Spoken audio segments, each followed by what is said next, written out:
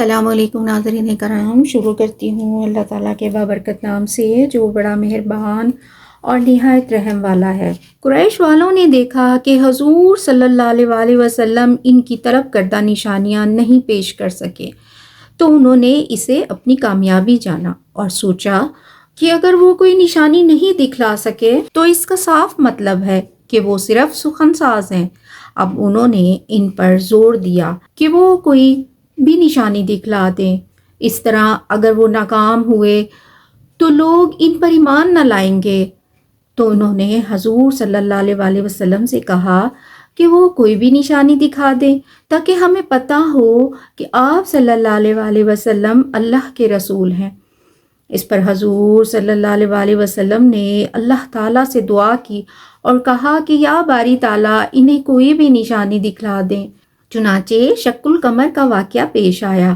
اللہ نے یہ نشانی دکھلائی کہ چاند دو ٹکڑے ہوا، ایک ٹکڑا جبل ابو قیس کے اوپر اور دوسرا اس سے نیچے، یہاں تک کہ لوگوں نے ہرا پہاڑ کو درمیان میں دیکھا۔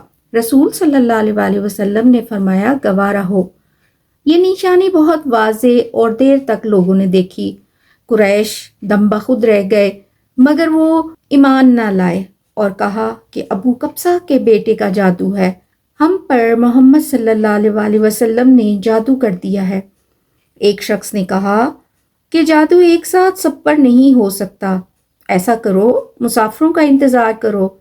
اور جب مسافر آئے ان سے دریافت کیا تو انہوں نے کہا ہم نے بھی دیکھا، مگر قریش اپنے کفر پر قائم تھے۔ شق القمر کا واقعہ اس بات کی بھی دلیل تھا کہ اس کے بعد اسرا اور معراج قائم ہوئی۔